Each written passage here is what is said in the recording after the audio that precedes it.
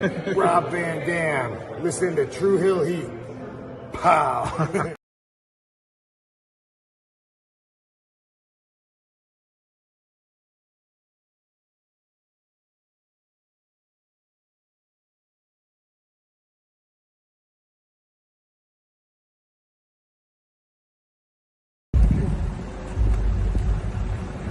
Yo, what up? You know what it is. It's your boy AJ Francis reporting to you live from New York City, the birthplace of hip-hop.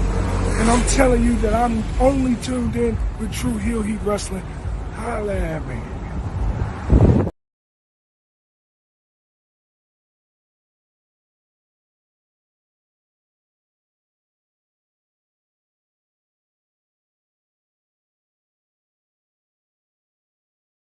Hello everyone, it's the hardcore legend Mick Foley wishing a nice day to everyone there, right there at True Heel Heat. Yeah!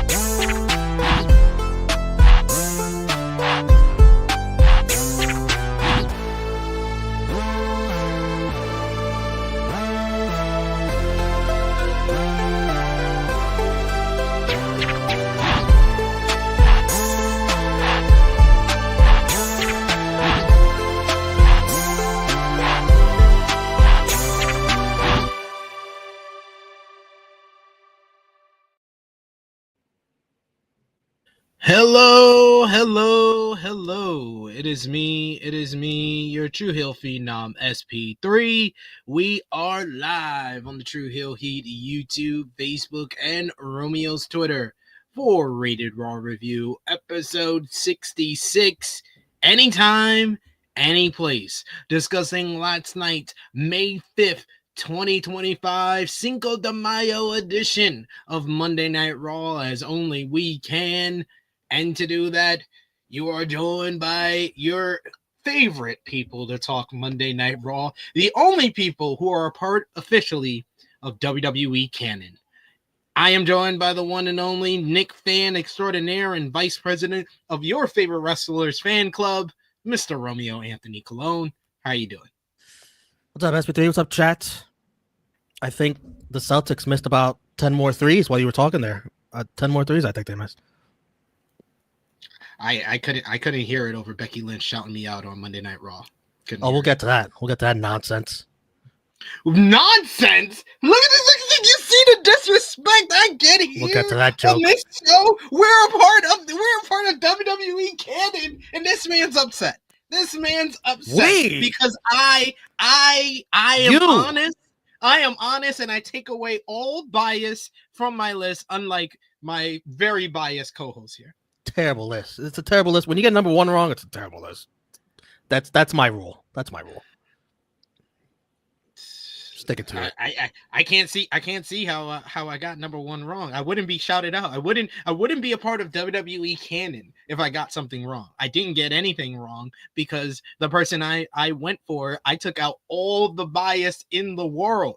Y'all know me on the True Hill Heat YouTube channel. Haven't always been a fan of the number one greatest women's wrestler of all time. But when you take bias away from it, you know how to be honest, unlike the Knicks fan over here. But we appreciate y'all for joining us live. Appreciate y'all if you're watching us on demand. Either way, show your appreciation back the simplest way possible. Let's drop the thumbs up on this video. You can also share this video with all your wrestling fans, friends, and family on all your favorite social media platforms. If you're new to the True Hill Heat YouTube channel, hit that subscribe button, hit the bell to stay notified for all the great content here. And of course, you can sound off in the live chat. We love to interact with all of you guys. Hear your thoughts on last night's Monday Night Raw. And of course, if you're feeling generous, you want to give back to what we do here, you want to show your support to the True Hill Heat YouTube channel and Rated Raw review with our Monday Night Raw reviews here every Tuesday, you can do so with a super chat donation.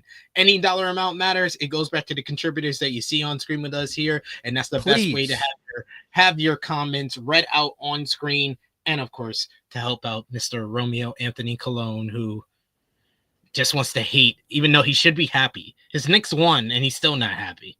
This guy's ridiculous. It was almost a perfect night. Almost. Then Becky ruins it. You're miserable. You're a miserable human being. Imagine if the Knicks didn't win. Oh my God. Yo, you would be hating life right now. This is me at my best right now. It's the best you can get. I'm still miserable. Still miserable. Jesus Christ. Man, you should have never gave you Knicks fans anything. I'm actually wasn't mad. Like I mean, this is a no-win situation for me with that series because I hate the Celtics, but I hate you because you can't be just happy with the Knicks winning. Listen, even by some miracle the Knicks won, they'd still have to go face Cleveland or Indiana, who both give them fits. So, and I think Indiana's winning that series. Cleveland in trouble with them injuries. I said that on my preview when I did the preview for True Hill Heat Check. I was like, people are sleeping. People are thinking it's automatically going to be Celtics and Cavs, and I was like, nope. The Pacers is a matchup problem for Cleveland. I called it then. I said y'all would take the Celtics to 6 or 7, like, and y'all looking like y'all figured them out. Just have them shoot themselves out of the gym. So it's interesting. Interesting time. We'll see. All eyes on Wednesday night. Sorry, Dynamite. Catch you on the flippity flip. I'll be watching Dynamite because I got no horses in this race. But yes, we got some. Sound like Jokic. Man, Joker's happy today. Fuck, man. That game too. Jeez. 3 best records in the NBA are 0-1 in the conference semifinals.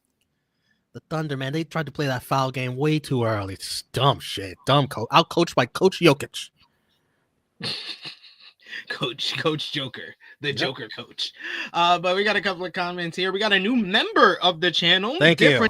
Styles, thank you so much. Becoming a member of the channel, you hit the join button. $1 a month gets you exclusive in-chat perks. We try to read out all your comments if you are a member of the channel, so appreciate you for joining us. Different Styles. We got I Make Beats in the chat. Another one of our members saying, "What's good, THH family?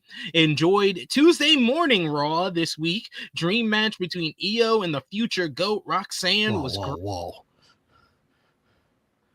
This guys, they want to knock. He is miserable. Oh my God! Future This guy can't even let somebody dream. He's just dreaming right now. Future GOAT. Man, Your girl can't even get cheers. She just wants to get cheered. She can't even get that. We don't need no cheers no more. Can't be number one on the most exclusive greatest list of all time. And also can't get cheers from the fans. I mean, if you can't be a good babyface, you're never gonna be number one. So we got it. He says they need to run back PLE style, baby. Yes, I would love to see Iyo and Roxanne on a PLE for sure. We got G Loke in the chat who says, what it do at THH, man, smash up that like and let's go. Why I thought Uncle Paulie was fitting to have a stroke talking to Jay. LOL. That promo was masterful. This is why we spent like at least an hour of last week's 3-hour podcast talking about just hand the mic over.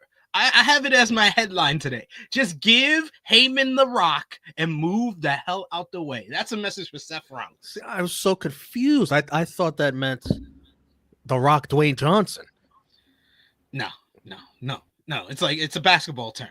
It's a basketball term. I know. The first thing that comes to mind when you say The Rock is The Rock. No, lowercase Rock. It's lowercase. I would have had a capital R. That is true. I'm talking about Dwayne. We got Valub who says Raw was fine. Where was this Gunther for the last 8 months? So, I mean, I do love me some Killer Gunther, but I gotta hand it to him. He sucks as an announcer, but he's really good at promos. Pat McAfee. I think this comment would be better fitting because Gunther's been outstanding on the mic the past year. I think this comment would be better fitting if you said, where was this Pat McAfee the last 8 months? Where's this Pat McAfee been the last 2 years? Yeah, that would be more fitting. Eric Isaac says, what's up, THH fam? Happy Backlash week. I don't know how happy it is. Gunther and McAfee meet face to face. Bird Lady got the better of the man. Punk returns, and all hail Americano, the new Speed champ. Yes, I did see the report before Monday Night Raw went on air. They did a pre-taping for the WWE Speed, and El Grande Americano defeated Dragon Lee for the WWE Speed Championship on Cinco de Mayo. Incredible. Wow. His stats must just increase on Cinco de Mayo. Incredible. And he just continues to own any luchador that's put in front of him. He just owns them. Any of them. They're just an awful human being. Can these guys carry around their Speed title? Is that too much to ask for? Like, come on. What do I have a feeling that these ones that look like bots, or say like we got Vanna White, we had Alex Trebek in the chat as well. I think they're all the same person, but or all the same robot. He says, "Hey hey SP3 and Romeo, how are you? Good to see you." I guess. Wow. These bots are very personable. They're very nice. Thank you. Yeah, very nice, very nice. Click that like button while you're at it. We got G Loke. He says Gunther may lose. Damn, no, he's not. No shot. Get that out of your head. Yeah, stop that. We also got Eric Isaac who says Logan Paul knocks out Jay again when Raw went off air. Yeah, they posted that to their social media. Logan Paul getting the better of Jay Uso once again with the knockout, the titanium punch. So, okay. Volov says SP is like this over an indirect shout out, and somehow Romeo is worse. Yeah, I'm like this. I'm not. It's not an indirect shout out. It's a direct shout out. I am. My new nickname is the S in SP3 stands for Sports Illustrated. Just so you know. We gotta make better lists.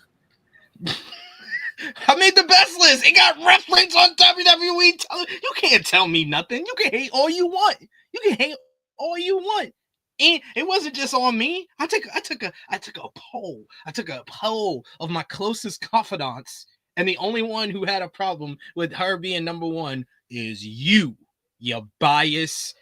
That just means you're not the only wrong one. Your head is so far up Charlotte Flair's ass, her nose is getting as big as Triple H's. But we got I Make Beats. Been much right there. You should apologize.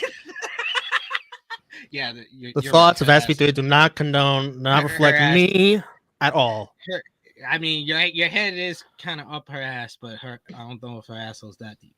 But I may be says Romeo put some respect. Yes, I agree. What's on the what? hate? Roxanne? Is he the one that said Roxanne? Roxanne's good. No. Put some respect on the list. It's a non-objective list. I think if the list stopped at number 2, it's a fantastic list. Great. 10-2. You really can't stop being biased. Like you're like the most biased person in the world. If there was a reason for me to say otherwise, I'd be with you. Yeah, you think I just want to argue with you? You think that's enjoyable to me? Yes, you do. You do. It's not. When it comes to Charlotte Flair, you always are going to argue. No, I will not. No, I will not. Yes, you are. Make a reasonable point, and I'll probably agree with you. I've already made the reasonable point. That's not reasonable. The criteria is in the lease. No, she's not. Always. She's not a better promo. They have just as many great matches, so that would be a tie. She's been the number 1 star in the entire promotion, which Charlotte has never been. She's the number 1 winner? She's never been number 2. Number 1 winner in a predetermined sport. Congratulations. That counts. Impact, Becky Lynch. Influential, Becky Lynch. It's always Becky Lynch. The only thing that you have on her is more titles won in a predetermined sport than Vince McMahon, the most horrible person in the world, was the person who determined that. Congratulations. Winning matters. No, it doesn't. When we start putting winning to the side, what are we doing? Not in wrestling. What are we doing? Not yes, in it does. wrestling. What? No, Yes, it does. But I literally just gave you 5 categories, and you can only name one thing that she's good at. One thing she's better at all those categories. No, she's not. She's not a good promo. She's not a good promo. She's as good a promo as Becky is. No, she's not. Becky is not a good promo herself. No, she is not. Becky Lynch is a much better promo than Charlotte Flair. Character work, Becky has thrown more range in her characters than Charlotte has. Charlotte has been one character for a decade and has been shit for about 5 of them. What? She's the man. Where is the man from? That is a Flair She was big time Bex. She was the stereotype. Big time Bex was good. She was the smoke punk. She's shown more range. These are good? She's played more different roles. Those are good. The man and Big Time Bex were very good. Big Time Bex was okay. No, it was very good. Charlotte's played one character and she's only been good at it for half of the time. Because when you're the GOAT, you don't need to expand your characers like that. When you're the greatest of all time, that is your character. Range. That is your character. You have no range. You have no range. She's a winner. That's her character. You don't even know how to debate this. You're really bad. I am debating it with you. You're not. You're just saying the same things. You're saying she wins in a predetermined sport. You just said winning doesn't matter. In what? When there's when there's 5 different categories and she can only be good at a predetermined part of it, then no, that's not good enough. That's not good enough to be number 1 on the list. Plain and simple. When they make you win all the time, that puts you on a bigger pedestal. I'm sorry. It just does. She's bigger. She's better. She's not. Yes. She's not. Becky's obviously the bigger star. What are you talking about? Becky was the number 1 star in the promotion. Becky is one of the biggest losers my question to you, has Charlotte ever been the number 1 star in WWE to everyone, not just you? Yes or no question? No, but she was 1B. Exactly. No. That's all I need to hear. Thank you. Move on. She was 1B. I may beat. Her and Roman Reigns dominated this company together. She's never been 2. Her and Roman Reigns dominated this company for the men and for the women.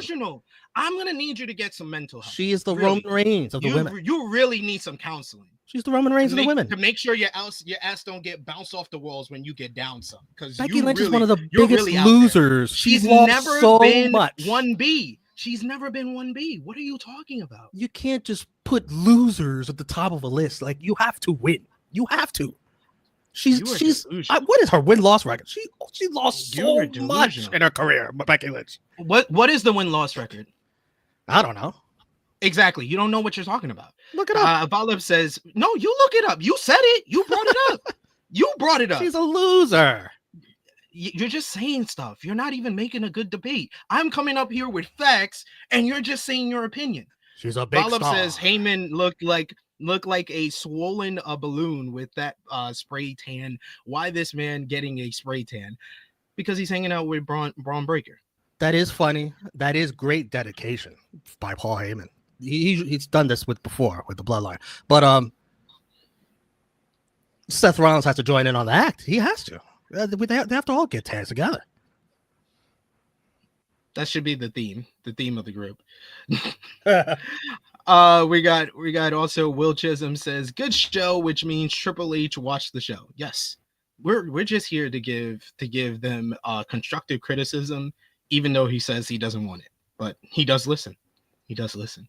When he gets shitted on a little bit, he comes back. He comes back with good shows. So I appreciate him watching.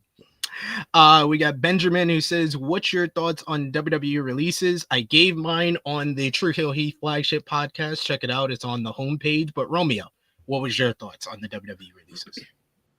I obviously wish all the best for all the workers. You know, there are other places to work if you want to. I see some of them are just already, quitting, and that's enough for me. But there are other places to work and continue your living. As far as like who I was disappointed at, like I like Hayden and Katana a lot. They're, in my opinion, one of, if not the best women's tag teams that they have. They never gave them a fair shot. They always try. Like, one of the reasons I saw that people were being released because of laziness, that does not apply with those two. Those two tried every damn time to get better. Dakota Kai, she shouldn't have been let go. She's a damn good worker. Yeah, I understand she's injury prone, but she's been doing better recently. That one injury she had recently was not that long of an injury. Braun Strowman, I can understand he's overpaid. I can understand, but he had a role and he did it well. Like, as long as you didn't expect too much out of him, he wasn't bad. Yeah, I think those are really the ones I want to comment about the most. I can't think. Oh, Cora Jade. Cora Jade is I don't know. I think she's so young. I could just see her coming back down the line. Like, go out, get better, improve somewhere else, make a name for yourself still, and they'll probably welcome you back. I don't think it's over for her. She's very young, like 23. She's too young. She's too young. She's gonna definitely be back, and this is her like dream job. So I said, like, that's why on the, like, I've heard people say, oh, AEW should go after her. I don't know if Tony wants to take that risk, because all she wants to do is get back to WWE. So other than Dakota Kai, I would say he can kind of let these releases kind of go elsewhere. And listen, nobody will agree with me ever, because he's probably another guy that you just mentioned wants to go back to WWE. But I'd like Braun Strowman in AEW. He would stand out so much. Like, they don't have him. They don't have one of those guys. Those guys would bump all over the place for him, make him look great. He's not going to have 5-star matches. Well, you could try, but he's not going to. But I think he'd just stand out. It'd be something that AEW doesn't have. But he's probably going to cost a lot. Unless he does like a last man standing division. Like I said, he's Klay Thompson in Game 6 when he's in a last man standing match. Get a big Haas monster. Like, I know you got Lance Archer. You got Wardlow, whatever happened to him. But come on, you don't have one of these guys. I would look into it. We got Chilling with Chase who said May Fatu made Bronson Reed. Yeah, I mean, they didn't want to pay him to be a monster maker. Yeah, he made both of them look good. And yes, the pull a Drew term is one of the most overrated things, because what is this? That's what WWE tells people who get released is pull a Drew. Drew is the exception to the rule. He's not the rule. Same as Matt Cardona. He's the exception to the. Cody didn't get released. That's the difference. Cody asked for his. Cody basically quit. But pull a Drew is like one of the most overrated terms that WWE uses to these releases. It's ridiculous. Yes, still with Chase bringing up Becky's comments on Raw recap, where she said Bailey's playing $100 a month to talk to her best friend. Bro, I don't mean to be like negative, but you do think about it. It comes across your mind when you see the names released. It's like, Ridge Holland is still here. What? I mean, we went in on the Flagship podcast because I was like, oh, Apollo Crews is JTG at this point. But they must have forgot about him. I know he's hurt. I know he's hurt right now. Okay, he's but injured. He wasn't being used before that, and being hurt never stopped him before. Riley Osborne was hurt, and he still got cut. Yeah, but Ridge Holland, wow, they love that guy. Woo! Omos still being benched, can't get his release. And we got Volop who enjoyed our exchange to open up the show. I swear I've been arguing with people to start every show I've done today. And I thought this was going to be a quick review. You did this. You couldn't be happy. Becky I was Lynch happy for you. Becky did no. Silly line. Your love for Charlotte Flair did this. Don't do this. Don't do that. Would not have this arguing if Becky didn't mention that stupid line. You love Charlotte Flair just like Skip Bayless hates LeBron James. You can't stand it when anybody brings up anything about Charlotte or says anyone's better than Charlotte Flair. It triggers you. It's okay. You should be happy right now. Next one. I was happy for you to start this show, and then you ruined it. You ruined it. Now I gotta root for Boston. Ew. But yes, we're gonna talk about last night's Monday Night Raw. What did you think about the crowd last night? The show took place in Omaha, Nebraska. I thought this was like one of the more loud Omaha, Nebraska crowds. Because usually Omaha, Nebraska is usually used as an insult when we talk about wrestling crowds. This was a damn good crowd. High 8. And I don't think they sang Seth's theme as much as they weren't into it as much as previous crowds, in my opinion. So I acknowledge that. Sounds about right. That's how I start rating these crowds. I start by how you treated Seth Rollins. Then I go from there. Joe and Jay says Wolves in 6. I'm rooting for the Wolves. I always root for whoever beats us because I want to say that we got beat by either a Western Conference champion or preferably the NBA champions. I tweeted that the trash talking between Anthony Edwards and Draymond Green is like once in a lifetime, Rock and Cena. Like, it's gonna be good. Can Anthony Edwards continue his legend killer streak? Let's see what he can do. Mr. LeBron and Luka, and then Steph Curry and Jimmy Butler. That's an epic. All right. Following a recap of last week's show, long storyline. We got Iyo, Roxanne Perez, Alpha Academy, Rusev, and Gunther were all shown arriving at the arena in Omaha. And then we get Jey Uso making his way down to the ring. Huge ovation for Jay. Big reaction from the Omaha, Nebraska crowd that were yeeting all over the place. He had Pat McAfee got on the table and to yeet. Cole told him that that's how he got in trouble in the first place with Gunther. Cole spoke about Jay, who told him that he's busier than he's ever been, and he's loving every moment of it as World Heavyweight Champion. After Jay hit the ring, the crowd wanted an encore, chanting one more time, which is the new pattern from the fans, which I kind of hate.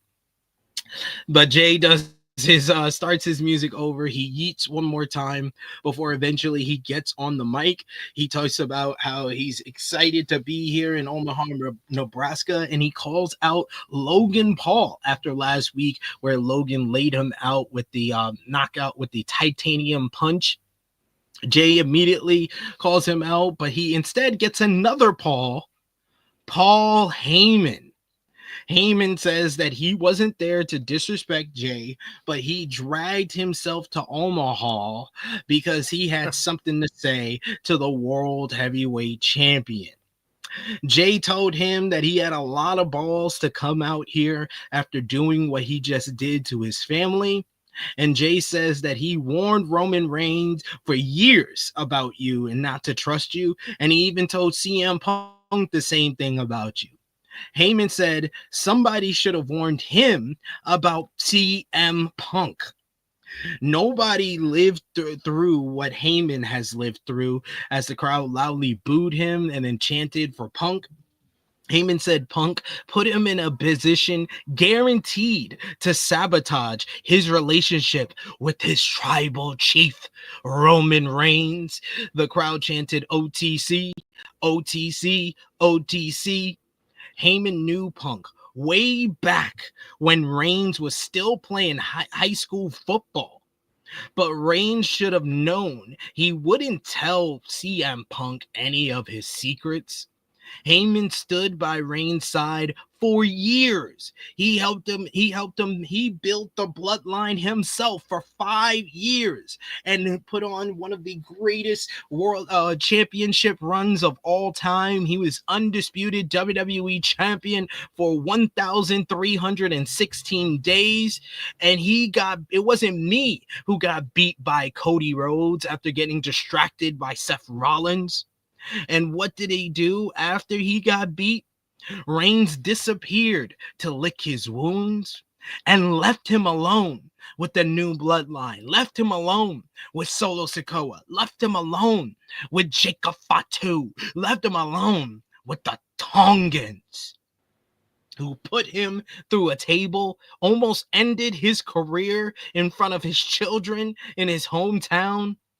Reigns only returned, and why did he return? Did he return to come to my rescue? No. He returned to get his Ula Fala, not to avenge me. All Heyman wanted to do was help his friend live out his dream and main event WrestleMania. But no, people's always blamed me. I'm always the bad guy. But I'm not the bad guy. I'm right. I am right. What a crash out. He definitely had a complete and eyes were bulging out the head. Oh my God. Like he very went cartoonish through it. Jay Uso's reaction to this was great. Heyman's acting here was an absolute masterclass. He went apoplectic here, to the point that the crowd started chanting asshole at him, asshole. Jay delivers one of his best lines of his entire career when he says, "Are you okay?" The crowd laughed as Jay wanted to know what any of this had to do with him. I love that line. I was like, the fuck this got to do with me? The hell? Heyman said Jay won the title and he apologizes because he was here to talk to him. The title that he has was all about power and control. Jay didn't know how to yield that power and control. The title wasn't about putting on his best performances every night. While Jay might want to be the champion, Seth Rollins has to be the champion. Rollins had to have the power and control. You see, Bron Breakker was just stage 1 of their plan. Stage 2 was that title. Heyman wanted to allow Jay to sign his own death warrant. He can pick the night he wants to lose that title because Seth Rollins was officially challenging him to a title match. Rollins deserved to be the number 1 contender after all because he beat CM Punk and Roman Reigns in the main event of WrestleMania. Rollins could beat Jay anytime, any place. So you just let him know when you want that to happen. Heyman goes to leave, but Jay stops him. He fires up and he says that Seth thinks that he can beat him for this title. He thinks it's going to be that easy. You said anytime, any place. Well, how about tonight? Baby. He says 4 letters, 1 word, yeet. I was like, the crowd 4 words.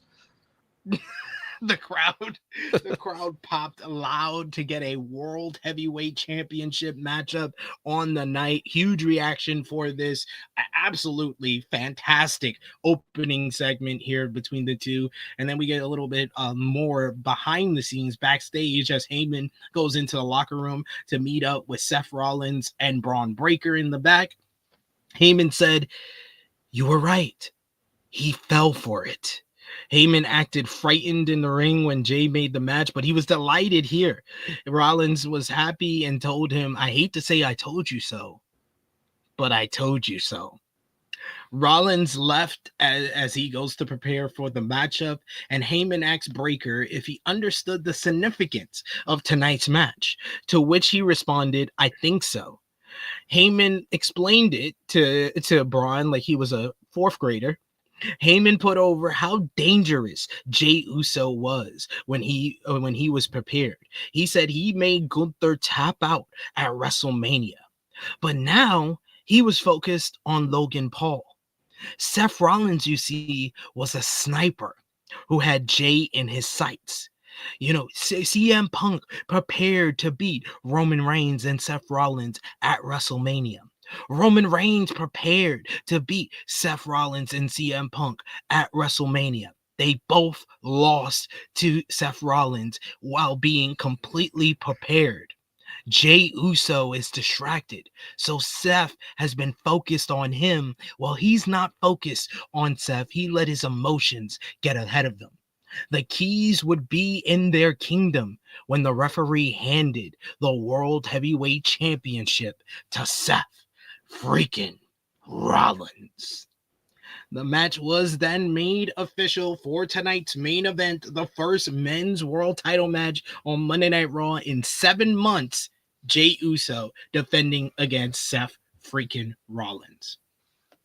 Like I said, I thought that this was an absolute masterclass from Paul Heyman. Paul Heyman showed the emotion, and he gave me what I asked for last week. I said last week that we should have got an explanation because that's very important. Like, you could say, oh, Seth Rollins laid everything out before WrestleMania. That was not after we had the actual turn. We need, as wrestling fans, you need to lay everything out. You need the heel turn explanation. You need the betrayal explanation. And we got it here to an absolute fantastic promo from Heyman, who showed the emotional range. It was great twisting of logic, but it did have so much truth within it. Everything he said was the truth and what actually happened. But did it give him the right to betray both his best friend in the world and the tribal chief? That's the question that the fans have to ask of their morality, if they think so or not. But Heyman performed this to a T and showed why always hand Paul Heyman the mic if you want to get some heat on a Sable. Don't give it to Seth Rollins, because Seth has decided he's not going to wrestle differently and he's not going to cut promos differently. He's going to be the same Seth Rollins. Congratulations for you. I don't want to hear it. Give it to Paul Heyman, and we can get actually heat on this heel faction. And not only did he do that in his great explanation, he then excellently and superbly put over the World Heavyweight Championship, saying that it's power and control, and that's one of their goals for this faction. So it made the World Heavyweight Championship thrusted back into the main event scene, whereas last week with Jay and Logan, it felt very significantly mid-card. This felt like the main story going on, and it made Jey Uso feel like a top babyface and a fighting champion all at the same time. This was absolutely fantastic from everybody involved. Heyman was outstanding. He got great heat from the crowd. He had some great lines. Jey Uso had some nerve, saying what you did to my family when he's one of the first to turn. So it's hard to point at Heyman and say all that, but that's why Heyman was great. But I made fun of the fact that Seth's agenda immediately did not include any focus on the World Heavyweight Championship, but they made it pretty clear that is Plan B. Phase 2, whatever they called it. Phase 2 is the championship. And I was thinking throughout this, like, if I'm Logan Paul, I'm like, what the F? Excuse me? I thought I was in line for a title shot. What the hell is this? Incredibly crazy to book this match unadvertised while I am watching Knicks Celtics, and I hear this match is being announced. What? Excuse me? Unannounced? Unadvertised? I get the way they played it, though, trying to make it look like they're taking advantage of Jey Uso's dumbass, So yeah. But also it also seemed like at the same time a desperate ploy to try and get some heel heat on Seth and the group by putting them against what you can say is probably the top babyface on Raw. Yeah.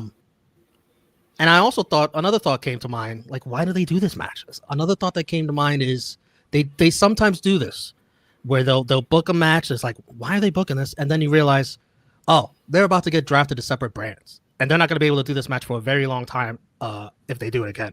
So that thought came across my mind too. If these guys are going to get separated in the draft, and then they can't run this match, so let's do it now to get something out of it. That's fair. That's fair. That's a fair thought. I didn't take it at that. I think they're gonna run this back. This had DQ finish written all over it. I also love that they're teaching Bron Breakker these lessons. And yeah, it may come across like it made him look like a dumbass though. It may come, but he's soaking it in. He's taking all the knowledge. But you can see this guy is just waiting. This guy is just waiting. Eventually, he is going to turn on this group and be the biggest babyface. And he's going to have learned everything about them to use against them. It's just, I think this is Triple H. You cannot mess this up. You cannot. This is on a silver platter. But they're hammering it home that Bron Breakker is learning things every week. Why is he learning these things? Is he learning these things for the group's benefit or for his own benefit? I think if they continue with Heyman more being the one who's given the lessons, then it will make a natural transition if Heyman and Breakker turn on Seth. Yeah. Because like Heyman explained with his explanation of his betrayal, it has more to do with what Punk and Roman did to him more than what Seth is doing. He's just riding the hot hand of the person. Like he didn't really explain like the connection and why he's aligned with Seth, which I like it that way because then it's easy for him to turn on him at any point. And especially if Seth's not going to fucking work like a heel, might as well turn on him because he wants to be a baby. He doesn't want to get booed, it seems like. I don't know what's going on with this Seth. It's like, is he still delusional? Is he still delusional? Is his character still delusional? Or is this just blatant, like, I'm going to do whatever I want? I don't know. I need more context from this Seth Rollins. I got to hear him talk again. Oh, God, please no.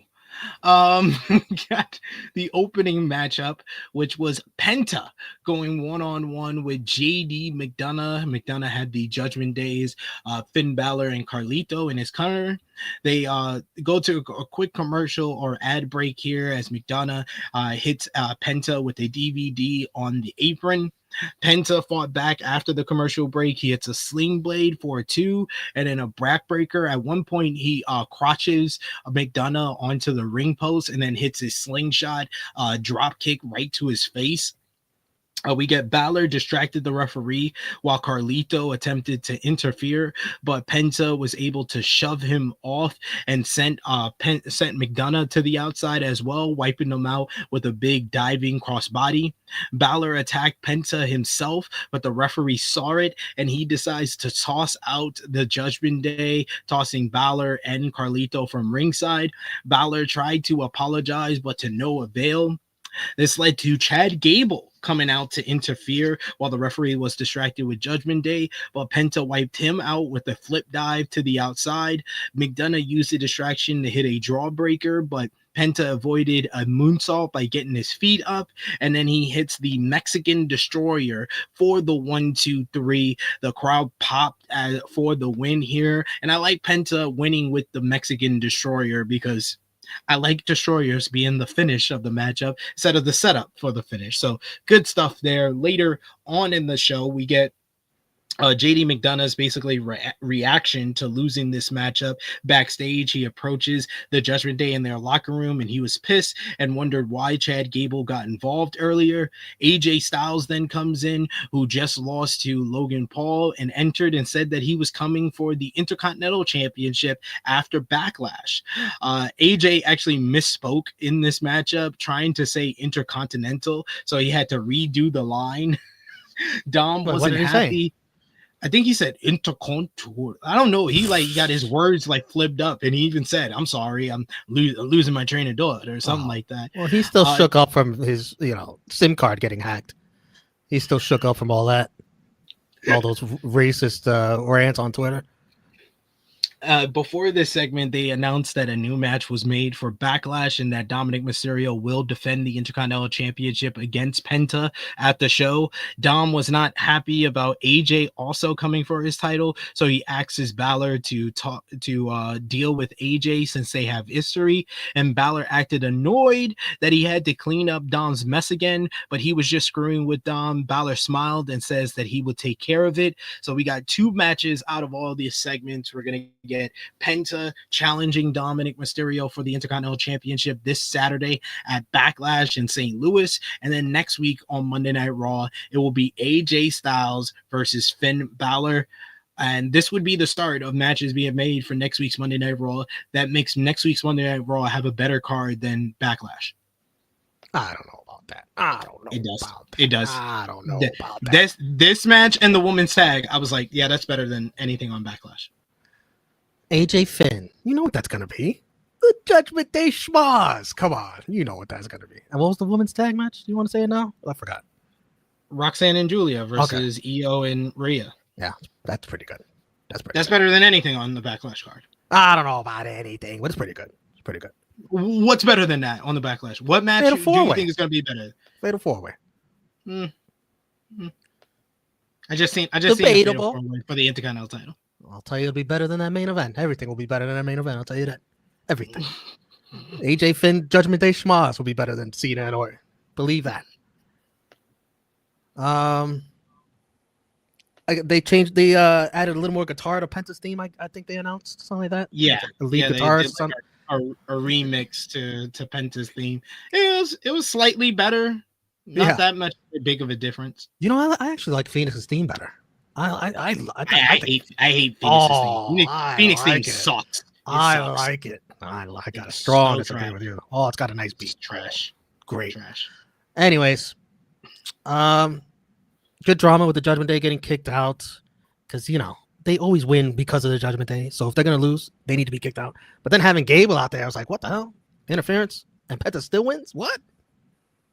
Penta's impressive. And I agree with you about the Destroyer because it adds drama to future Destroyers, that those counts can be taken seriously when he drops a Destroyer again, It's not automatic 2 count. Sure. And I want to see AJ and Penta. Oh, man, but Dom's going to win. And Finn delivered again in that backstage segment because he's kind of ordering him around, Finn Balor. And then he just gets upset. And he's like, he's good again. I like it. But Liv Morgan's gone. Things are going to go to shit. Things are going to go to shit without Liv Morgan sooner or later. He said he's missing his mamawita. I am too. And these guys they just get to keep the tag titles like, oh, anybody else, strip, anybody else. Macau, you're good. Hold on to it. Who cares? You can hold the title. We don't care about these titles. We're releasing our women's tag teams anyways. We don't have that many to face. We have no women's tag teams for Yana face anyway. She can take the month off. Last week we had Grayson Waller was excited to announce he was requesting a singles match this week. However, then he was complaining to Adam Pearce backstage after learning who his opponent was. Austin Theory showed up and Waller acted like he never wanted a singles match in the first place. Waller told Pearce that Theory should do the match instead. Theory was happy to do it, wanting the opportunity, so Pearce accepted. Theory asked Waller who his opponent was, but Waller said it was a surprise. This would not work out for him. Oh. And by the way, Becky Lynch had all that room to walk and chose to walk in front of between them. No, that wasn't this one. That was the next segment. Okay. Yeah. That was the next backstage segment between them because this went right into the next matchup, which was Austin. Well, first we did get the ad break, which had your boy Karrion Kross, who was interviewed. Oh, good. Tell me, because I didn't see him. He was interviewed and asked about Sami Zayn making his choice last week and was he disappointed. Cross says that it was the choice that he expected from Sami Zayn, but was it the right one? And he asked the crowd, and the crowd had a mixed reaction, and he said, mixed reaction. Interesting. It seems that Sami must learn these lessons the hard way. Cross actually got a decent reaction because he says, Sami Zayn is a saint, but he's never been called the saint. He's been called a killer, which is, of course, his old name, Killer Cross. So he actually got a decent reaction here. So he is getting slowly but surely over with at least the live fans in attendance. Good. And I know people want to like, why wasn't Karrion Kross released? Shut up. Shut the hell up. No, I wouldn't say that. I wouldn't say that. They're actually doing something with him. But Austin Theory, the reason why Grayson Waller did not want this matchup is because it was with the returning Sheamus. He's back. He's finally off the bench. Put him in, coach. That stupid ass theme, bro. That theme is ass. That theme sucks. That theme sucks. Can't even get excited for Sheamus's return when you listen to that. It almost sucks as much as Rey Phoenix's. No, the crowd was happy to see that. No, it's not. The crowd was happy to see him. He got a good reaction here. Sheamus was in control until Theory took over during the commercial break after hitting a draping neckbreaker off the apron. Theory avoided the 10 beats of the Bowery and slingshot him back into the ring, right into Sheamus knee strike. When they were out on the floor right before the commercial break, we got Sheamus with his ginger brother here in the front row. Theory hits his rolling blockbuster, but Sheamus responded with an avalanche white noise. He then hits 14 beats of the Bowery onto Theory here.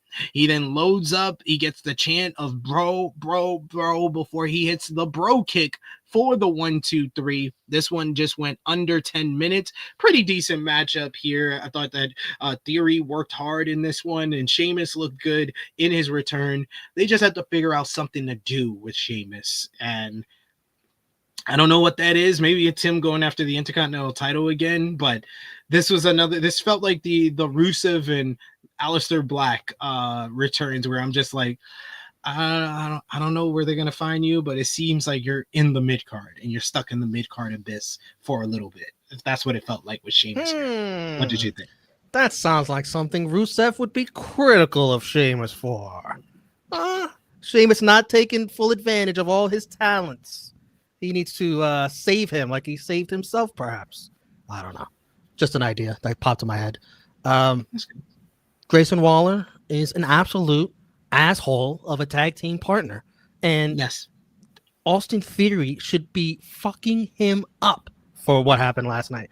And I'm glad Cole at least, pointed out on commentary, like, is Theory ever going to wake up? Like, are we blind to this? Because Austin Theory is very blind to this, that he has an asshole of a tag team partner. What is he doing? He looks like a chump. He needs to stand up for himself. He needs to do something. Do something with Austin Theory, Yeah. Beat up Grayson Waller. That's what the next, like, they can't just go on the next week and just be like, what are we doing tonight, partner? What? No, you need to punch him in the mouth and knock him out. They've been doing this awful slow burn with A Town Down Under for a year now. The longer it lasts, it makes Austin Theory look dumber and dumber. Yeah, I'm over it now. I'm wondering what Austin Theory has done backstage. Like, do they look at him and he's like, that guy, he's got so much talent. He's got everything in front of him. And he doesn't try. He's lazy. He's just, when is it going to click in his head? Like, I'm wondering if these are the thoughts that are running through management of Austin Theory, of why he isn't taken as seriously, some of these other younger talents, like even Carmelo Hayes is in better standing, or Braun Breaker. Like, or is it just like, that guy was just, he's such a Vince McMahon guy. It's like, he can't be our guy. Like, what? I don't know. I don't know what these thoughts go through there. I mean, that's what it's felt like since Triple H took over. Remember the first night Triple H took over, he had Roman rip him apart. But they don't dislike him enough to, like, okay, you're one of the releases. They don't dislike him that much. No, he's a solid hand to have around to lose all the time. I just wonder if they see any potential in him. Or if they, I don't know. It does seem like he's going to be the baby face when they eventually do this breakup in a year from now. A year is generous. Yeah, I'm being generous. I thought it was a weird week to return Sheamus with everything going on. Like, he got a good crowd reaction though. He got unjustified. This is awesome chance. That was not a match worthy of a this is awesome chance at all. This is kind of what WWE do. If the match is moderately decent, it gets this is awesome chance. Justify this is awesome chance come later on. Yeah, but they do it too much that it negates that. It doesn't feel the same because they say it for anything moderately decent. I was like, God damn, they're really happy to see Sheamus. Jeez. Jeremy, I've seen you ask this question before. I don't know why you seem like you're surprised that Cody hasn't been here since WrestleMania. I kind of expected that he needed to be off TV with the way they ended that WrestleMania main event. He's going to be back on the SmackDown after Backlash, and he'll probably start a new feud to keep him busy before they do the rematch with Cena. I think it goes after the briefcase Money in the Bank ladder match. I think that's his return promo. I'm in the Money in the Bank ladder match. I'm gonna come get you, John Cena, for revenge. I'm gonna cash in. Blah blah blah blah blah. Yeah. Which I think it is a strong possibility he could win. And then he just says, "You know what, John Cena, I'm your last match. I'm calling my shot. Whenever you're done, I'm your last match." You can do that. I wouldn't mind that. Oslander, who says this is awesome, just means this is lukewarm at best. Yeah, and definitely in WWE that seems to be like these fans, if they're excited for something, yeah, they're just gonna stand this is awesome at moderately decent action. And Power Driver Finisher says, not gonna lie, it's just because both guys don't have accolades that mean shit, but the story with both guys, hey, they're using two unestablished guys to make a story work. Not the best, but they're trying. Are they trying? What's he talking about? I think he's talking about A-Town Down Under.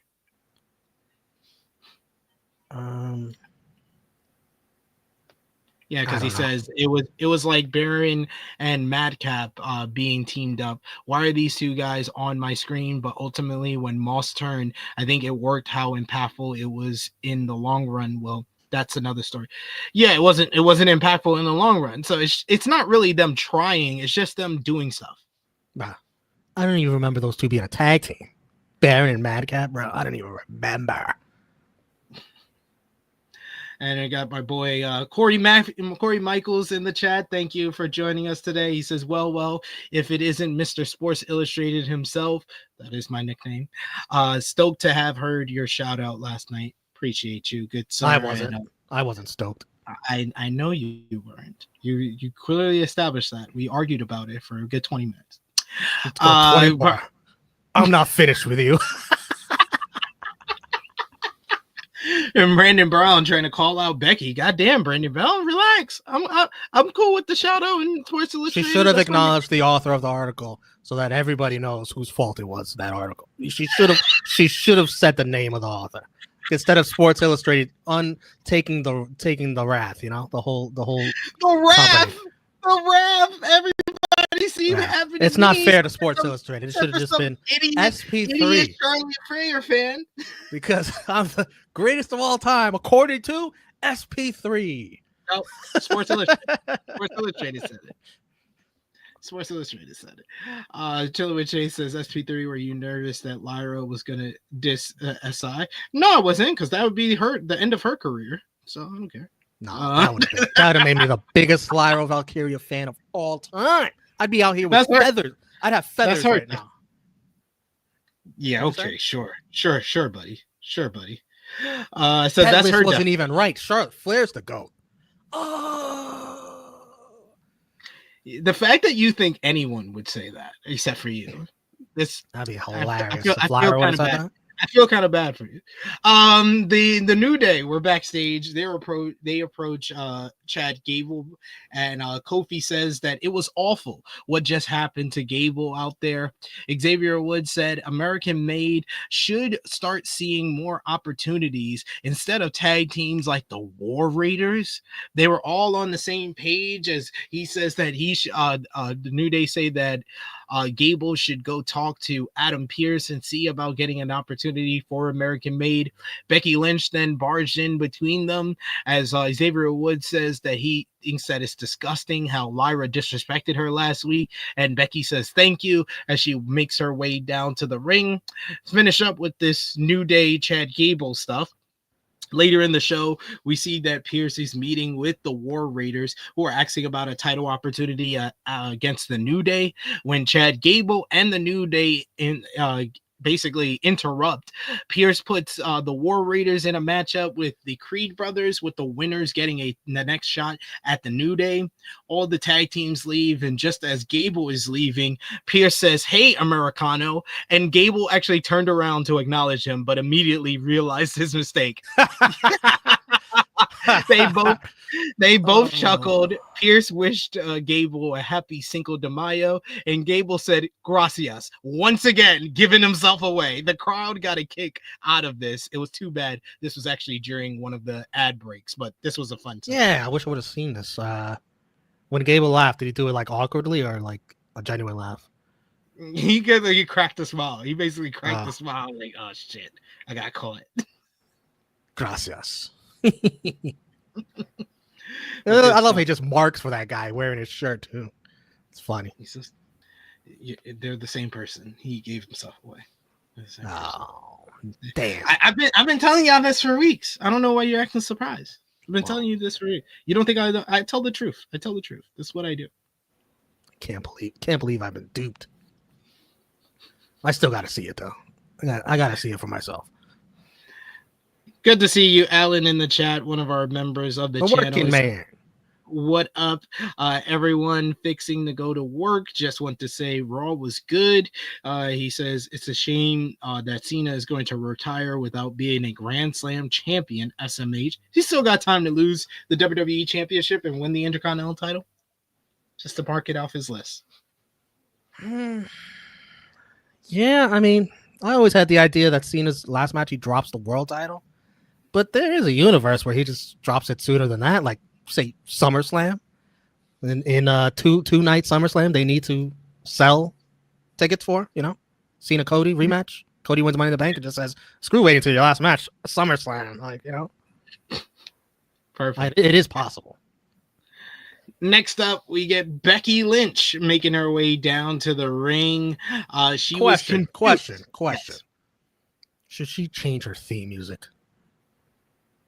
I think it's too baby facey. No, but they don't chant. They don't. Yeah, they don't I know. Chant it like they do with Seth. It's not necessary because she's making the correct changes to her character and her promo style that is getting heat. So she doesn't need to make major changes like changing her music. It's kind of like John Cena. John Cena didn't have to change his music because his music has always received kind of reaction. This is the reaction that she was getting when she was of doing her best work as a heel back in the beginning of 2022. She could still get the same heat, so it's not necessary like it is with her husband. But Becky has gotten real better at cutting heel promos. Like she is intentionally sounding very like grating with her voice and annoying to the point like you just want to see someone shut her up, which she's doing excellent at it. And she talks about how she was confused over why the fans treated her like the bad guy because she was the victim. When she returned at WrestleMania, everyone lost their mind. A woman in the crowd cried tears of joy. No one cared where Bayley was at because she was garbage. Becky took out the garbage.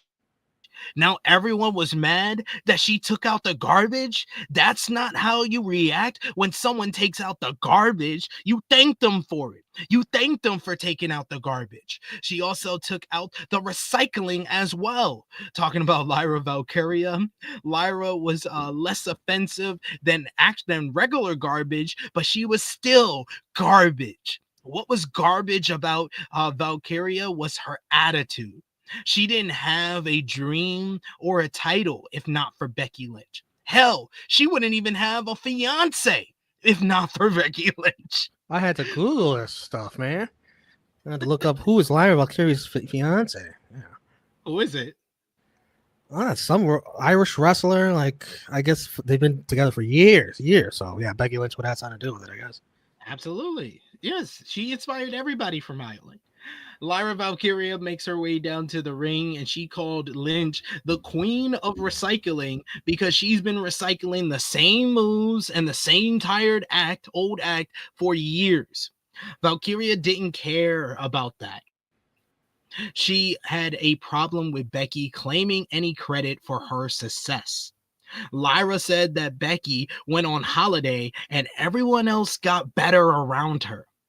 Lyra made history. Not only that, she's already defended the belt more times than Becky has even shown up for work this year, which got a big reaction from the fans in attendance.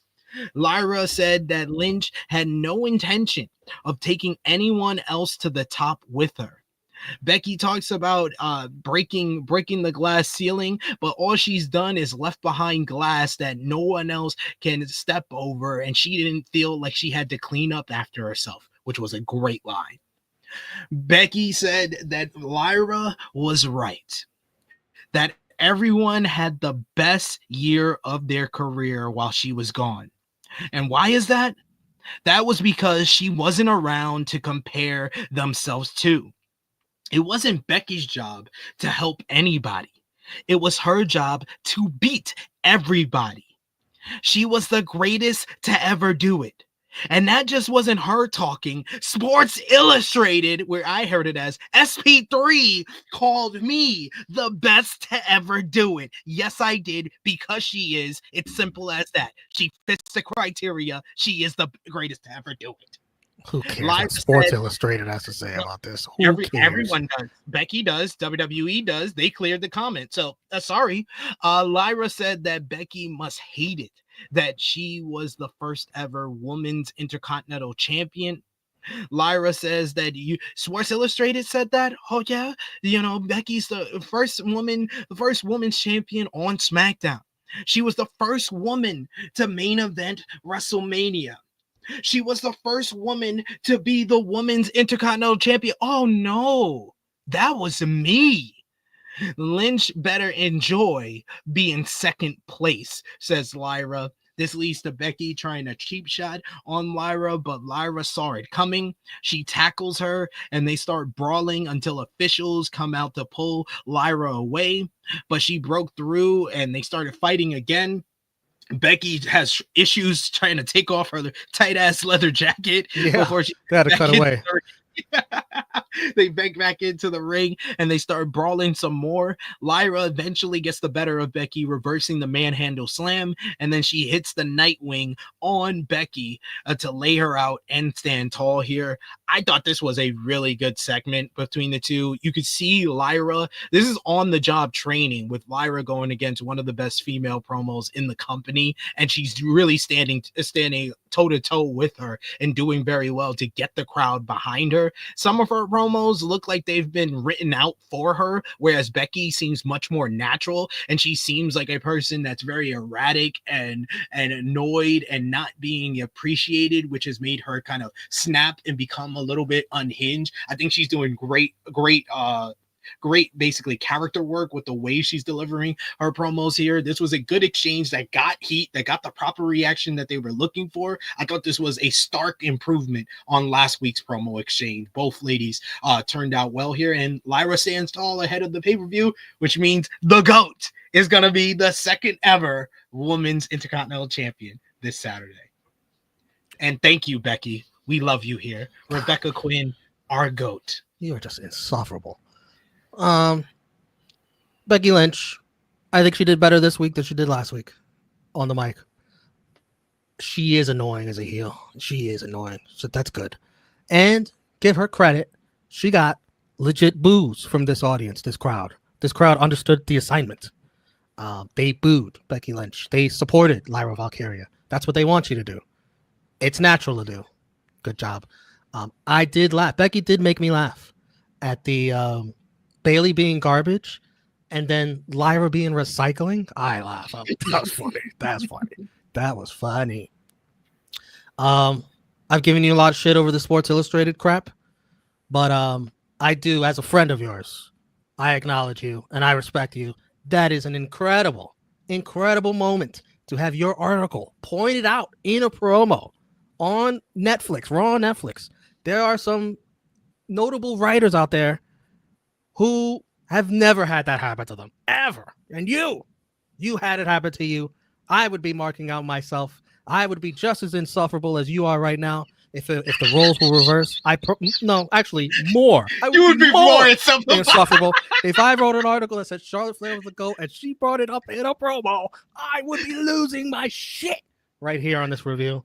So you have every right to not be humble, as Logan Paul's theme does not say. So congrats, my friend.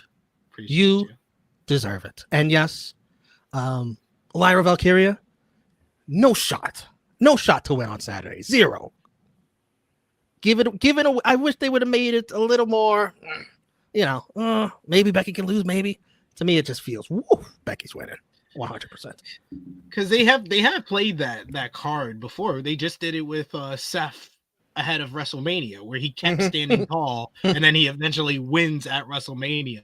So it's not out the realm of possibility that they could play that card again. But yeah, I do agree that it's been 2 weeks in a row with Lyra kind of getting the better. I mean, Becky did get the last laugh last week, but it seems like it seems like the right choice is for Becky to win on Saturday.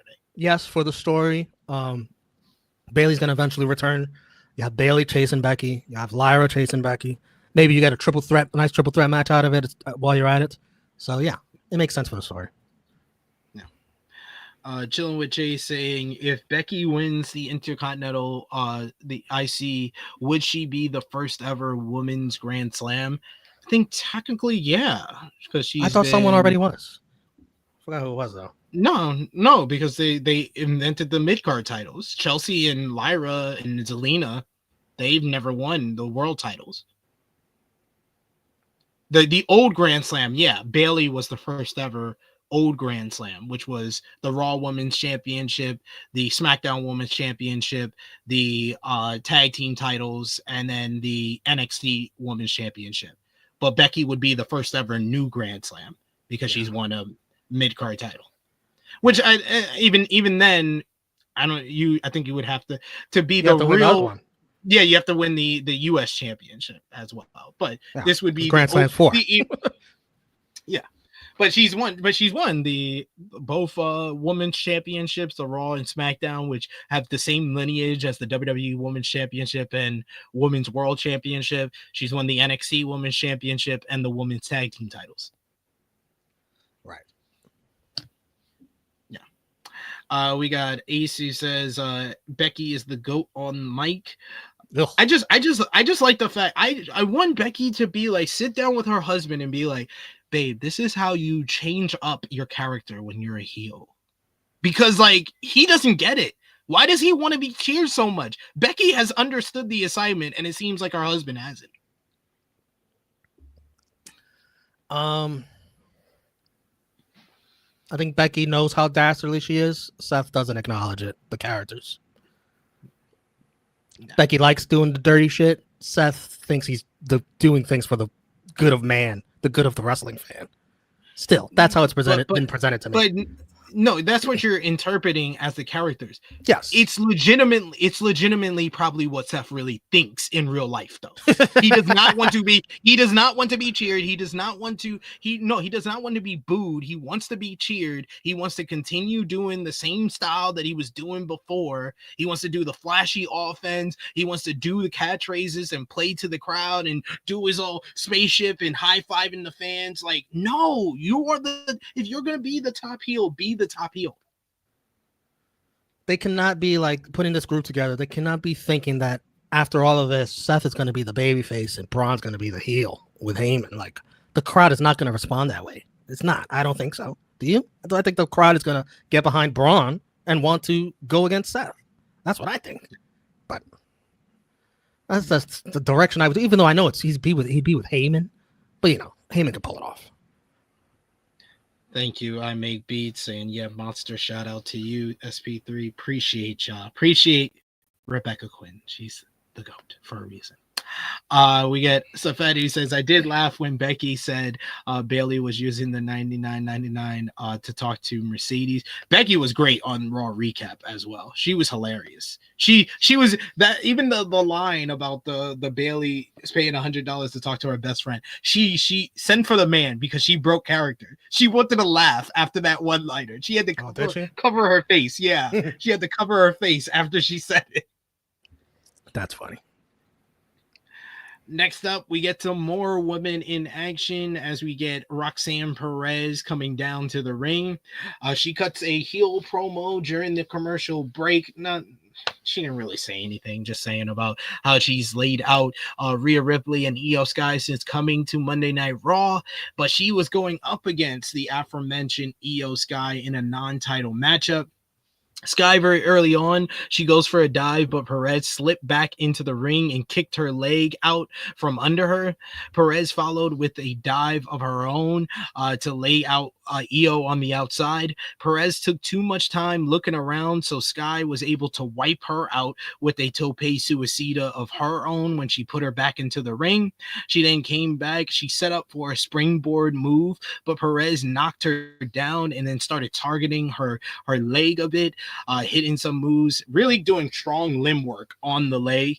Iyo would come back, hitting some big top rope moves with a missile drop kick, but Perez once again went after the arm. Sky hit an arm drag off the second rope when they returned for commercial break. She started firing up the crowd after hitting that missile drop kick. She followed up, did her kip up, but favored her knee a bit, even though she was doing her pose, which I love the crowd is now joining in with the Iyo point at herself pose down thing that she does. Oh, take the picture off the screen. You got to do this. You got to do it.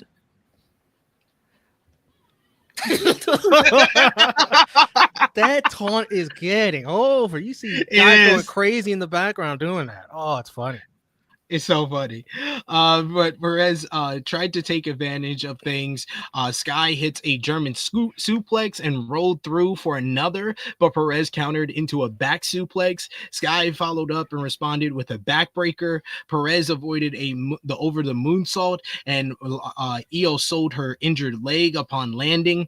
Perez went after the leg, then she hits a double knee drop. She hits the Scorpion Rising, the Mako Satomura move on her. They start trading cradles for near falls. 1, 2, 1, 2, 1, 2, until Iyo is finally able to trap her in a cradle. 1, 2, 3. Iyo Sky picks up the victory over Roxanne Perez in a brilliant matchup. I thought they worked so well together. This was a great matchup. Exceeded my expectations. I thought it would be good, but it would probably get a non-finish, but then we had the main event announced, so I knew that would be the non-finish on the night. But Sky picks up the victory in this non-title matchup. Roxanne Perez feigns being humble and extends her hand to Iyo. They shake hands in a show of respect, but it was all a swerve as Iyo is thanking Roxanne for the matchup, turned around, allowing Julia to come in and deck her from behind.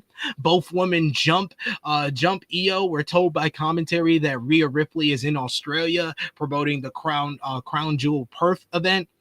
They double team Iyo. What they try to do at first is a super kick into a curb stomp, but Iyo sold the super kick at first, so they had to do it over where they do a super kick and then Julia follows up with a curb stomp as they lay out the WWE Women's World Champion, and the two NXT talents are making their presence known on Monday Night Raw. And it is announced later on in the show that it will be next week on Monday Night Raw. This matchup they've been building to for the past 3 weeks as WWE Women's World Champion Iyo Sky teams with Rhea Ripley to verse the two former NXT Women's Champions, Roxanne Perez and Julia. What did you think about Iyo versus Roxanne? Like I said, I thought this was a great match. I thought it was such an interesting matchup just because of their smaller statures. Like, you hardly see this in the women's division, like two short girls just going at it. McAfee, like, what was that? Like, he called the back suplex angle slam, Olympic slam. What? Yo, he's so bad. Him and Cole are like a horrible combination. Like people always get on the Dynamite team. Cole and McAfee are fucking trash. They've been getting a lot of moves wrong.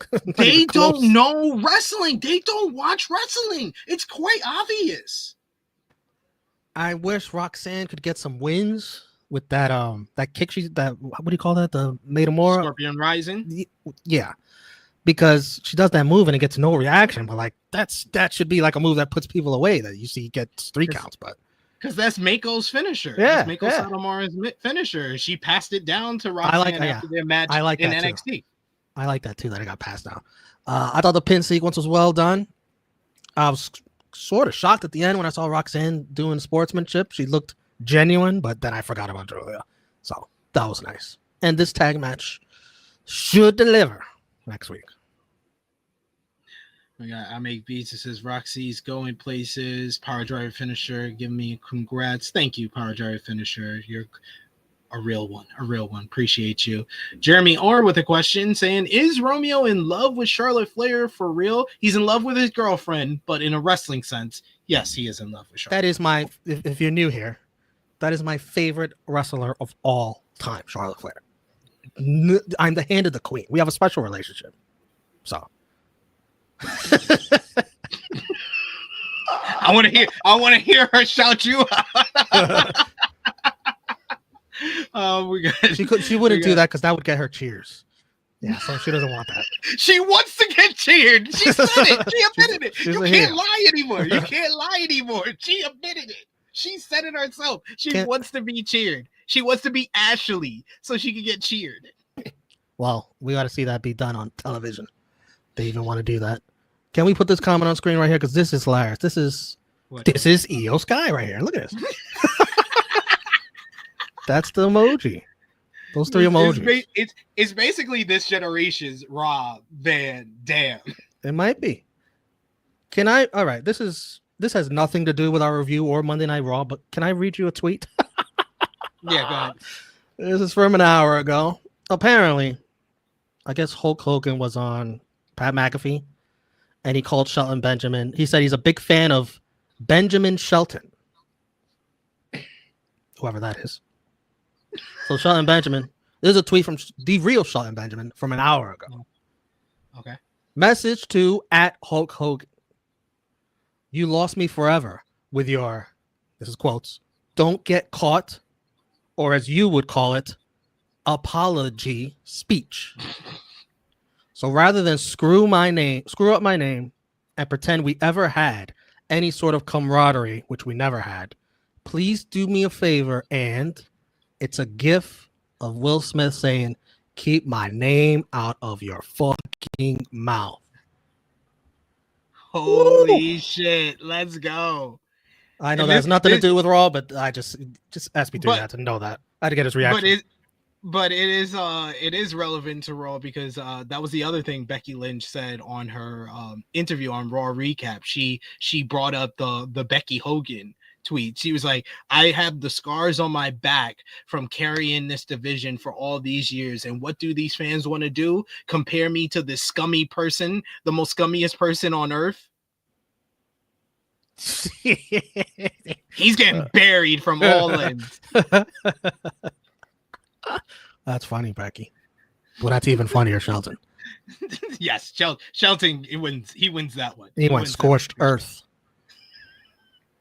War Hero bringing up something saying damage control needs to end because Iyo has been holding it down and no one has come back like Big E with the New Day. They have ended officially. Well, the report was from Wrestling Observer is that damage control is considered over backstage because of Dakota Kai being released from the company. They believe that Kairi and Asuka, when they're healthy, are going to be a tag team again as the Kabuki Warriors, but they are trying to push Iyo on her own. So that's why she gets no backup in anything. Because I did get shout out to Rick Eugino who messaged me, who made me think about something that I didn't even think about. She was like, it's kind of scummy them doing this 2-on-1 beatdown when Iyo's backup got released. Yeah, I did see a few tweets about that. Like, I know someone that could come help Iyo Sky. She's not there. But yeah,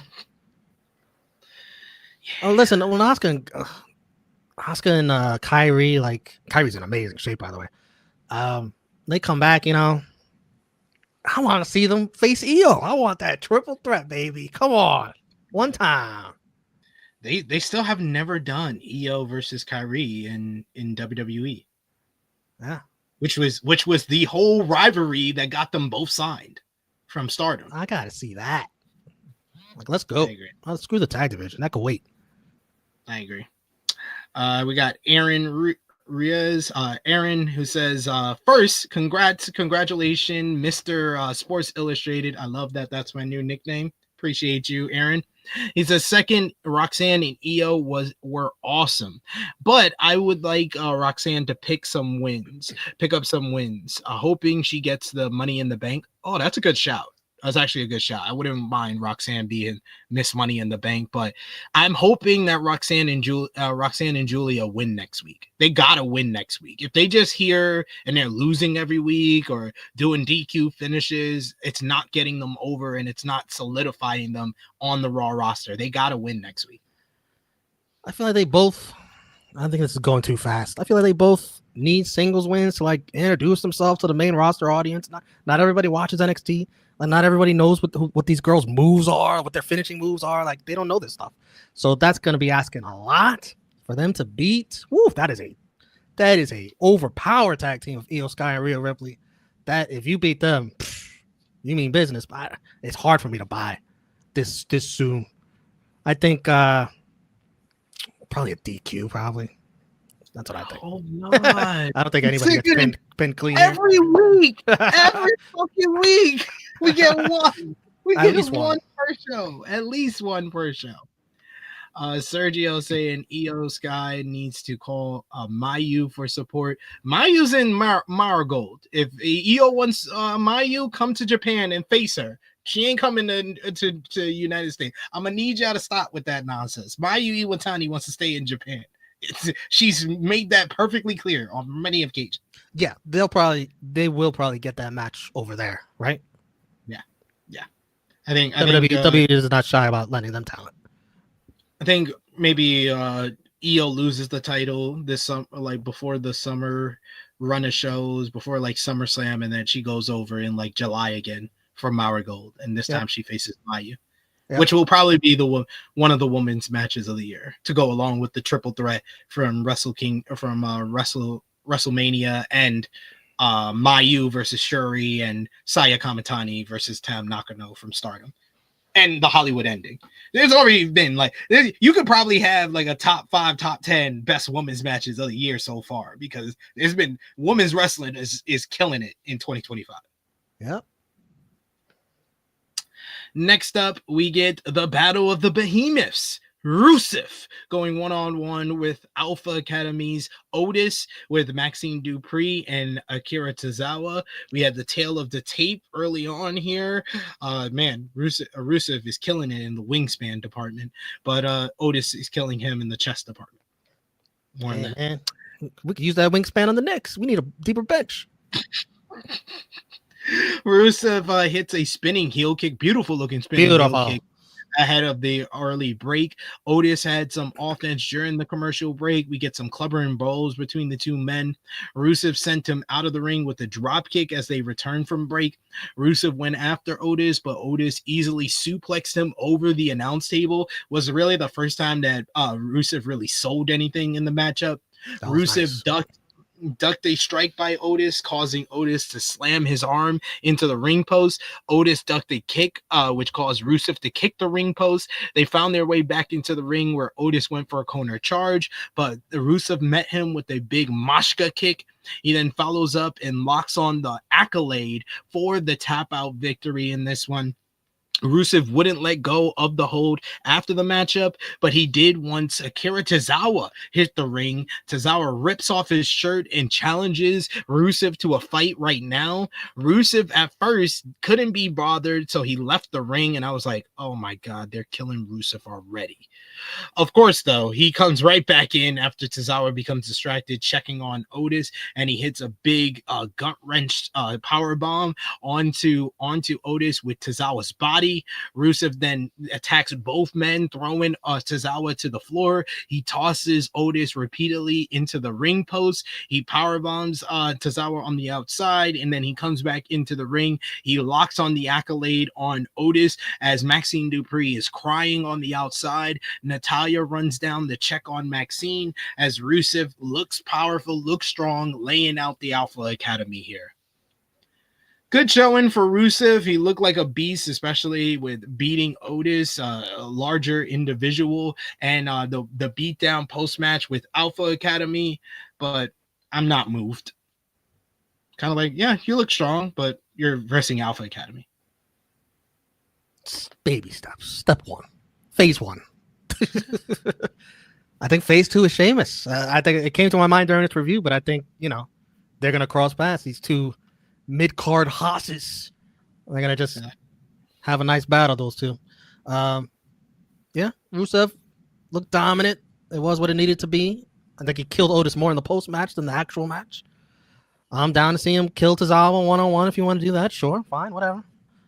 Keep building up Rusev. Make him look like a monster week after week for somebody who I think is going to be Sheamus. I do like the entrance. The music needs more horns. I like the horns that he had in his AEW theme, but the entrance looks nice. Yeah. I miss Lyra. Yeah, I think that would move me. Move me. We got Dion Jenkins who says, "Look like 2014 Rusev out there." So I'm going. I mean, it looked more like Miro the Redeemer. Just the look overall and the way he's going about it, more than Rusev in 2014 was like kind of like unhinged, but he had no shoes on and stuff like that. It's much different. I think they really played up the foreign aspect of it. Yeah, the big foreign heel. Yeah. Different Style says Otis making Rusev look good. Good match for what it was. Yeah. It was a decent little squash to put over Rusev in his first match back. Power Jerry Finisher says Rusev Miz of heavyweights. God damn. No, that's not. Come on, guys. Like, you guys didn't see the vision over there. That's about Aleister Black and Carmelo. That's what we're getting to. Yeah, that's good. Pat McAfee and Gunther face to face is up next. Pierce calls out McAfee and Gunther to the ring and told them to keep it professional. Until Saturday, Gunther informed McAfee he wouldn't do anything to him tonight because he didn't want to spoil Saturday. And unlike McAfee and Cole, he was a professional. The crowd chanted, "You tapped out" at Gunther, so Gunther told them to shut up. McAfee says, "Look over there. That's Michael Cole. He's the GOAT." People cheered and chanted for Michael, which is still so strange to me. McAfee said Cole has dedicated his time to this company for 28 straight years, minus 3 days, just 3 days off. That's pretty crazy. Yeah, Cole earned the right to have an opinion, yet it bothered Gunther so much that it caused him to attack a 60-year-old man. McAfee says that it was appropriate that they were in Omaha, Nebraska. Being in Nebraska makes him think of the Cornhuskers. Oh my God. It makes him think ass kissing.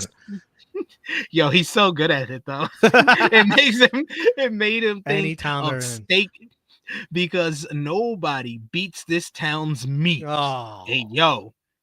It made him think of the annual College Baseball World Series held in this town. This city was a symbol of dreams coming true.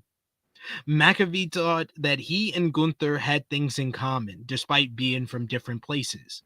Despite him being from Pittsburgh, Pennsylvania, and the good old US of A, and Gunther being from Vienna, Austria, they grew up with the same dream, wanting to be in this industry.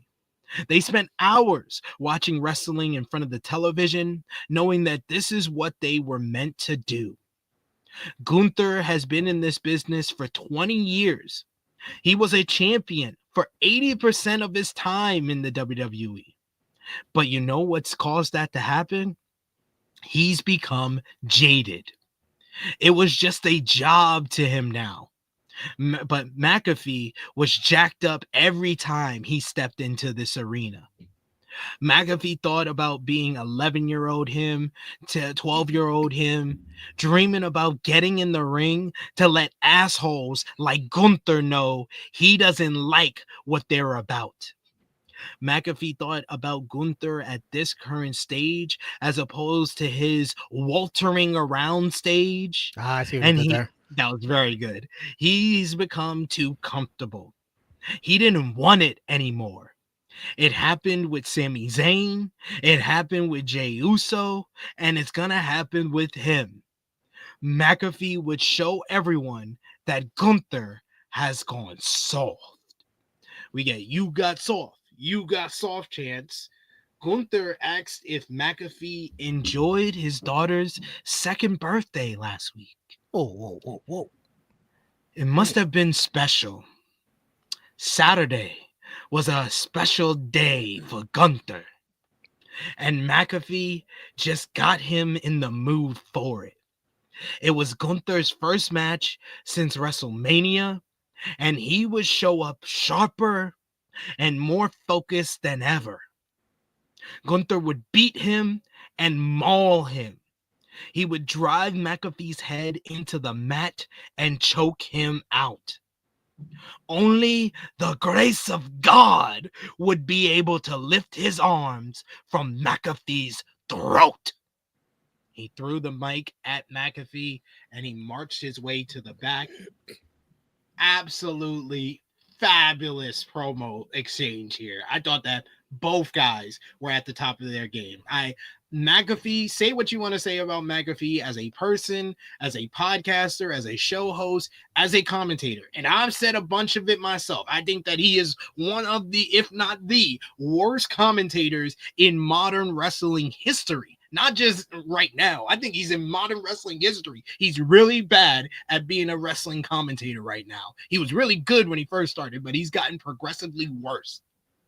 All of that to say, when he got a mic in his hand and he's here to promote a matchup, he has knocked it out of the park these past 2 weeks. This was superb work from McAfee, but I thought that Gunther was even better, where he really changed the whole concept of this, where it's not a McAfee wants revenge for Michael Cole babyface story. It is Gunther needs to redeem himself, and he's going to murder McAfee to do it on Saturday.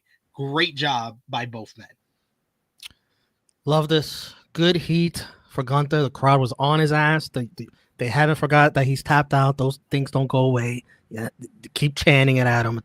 The crowd's behind Pat McAfee 100%. I loved Gunther when he had, like, McAfee's waxing about Nebraska, and Gunther has like no damn clue what he's talking about with this World Series football. No damn clue. He's just standing there.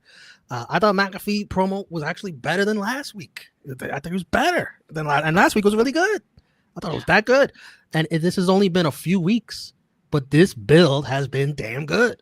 And like, either McAfee shocks the world and proves himself right about Gunther being soft and losing it, or Gunther is going to kill this man and regain some kind of aura. They sold it. I am sold for Saturday. I'm looking forward to this. Yeah, they've done a great job. I got to give it to both guys. Like I said, I can complain about McAfee on commentary, but between his work in NXT when he was building matches, the few matches that he had on the main roster before this, but I think that this has been probably his best work as far as like promoting a matchup and showing that passion and being a genuinely likable babyface as well. He's done a great job. And not that much. I would have never. When he first had his matchup with Adam Cole and they tried to become the babyface of that matchup and they had to switch roles because McAfee was that annoying, I would have never imagined McAfee would be this good as a babyface. And they've had 3 episodes to sell this feud. You could honestly argue they could do 2 more. Like, that's how good this build has been. Yeah. Great job by both guys. We get a quick video package this week. We're showing their the couple of the last matches that Orton and Cena had ahead of their this big Orton, match. bro. It's like This was unrecognizable. This was peak Orton right here in 2009.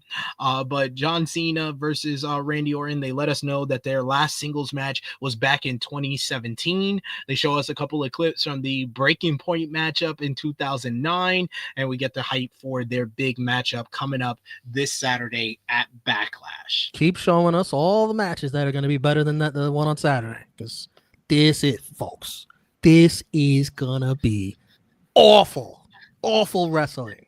Terrible. Hey, we get one more good segment on Friday before Saturday. Enjoy it. The video package will be better than the damn match. Enjoy it. This is going to be the only thing is that it's safe from worst match of the year, but worst WWE match of the year is still out there.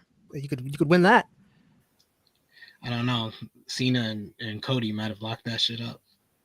But Cody, all the stuff that Cody did, Randy Orton cannot do at all. Not at this age. Not even in his prime, probably. They might get over on just the crowd participation. Bro, they tried at Mania, that didn't work. You're asking for a Backlash crowd? I mean, if they were in Pat Heat, maybe.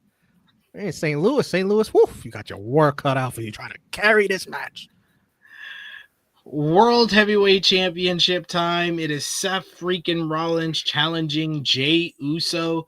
Jey wrestled in black pants and white sneakers. He switched to black after Gunther attacked Jimmy, but I think he's safe to go back to the colorful attire, but he's more serious here.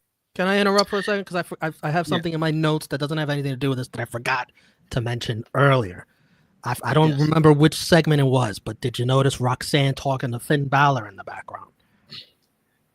No, I did not. Which I don't know which segment. It was a segment where there was something backstage. Might have been, I don't know. But you could see Roxanne talking to Finn Balor, which is interesting when it comes to Judgment Day. Maybe he's setting up Roxanne and Julia going after the women's tag team titles.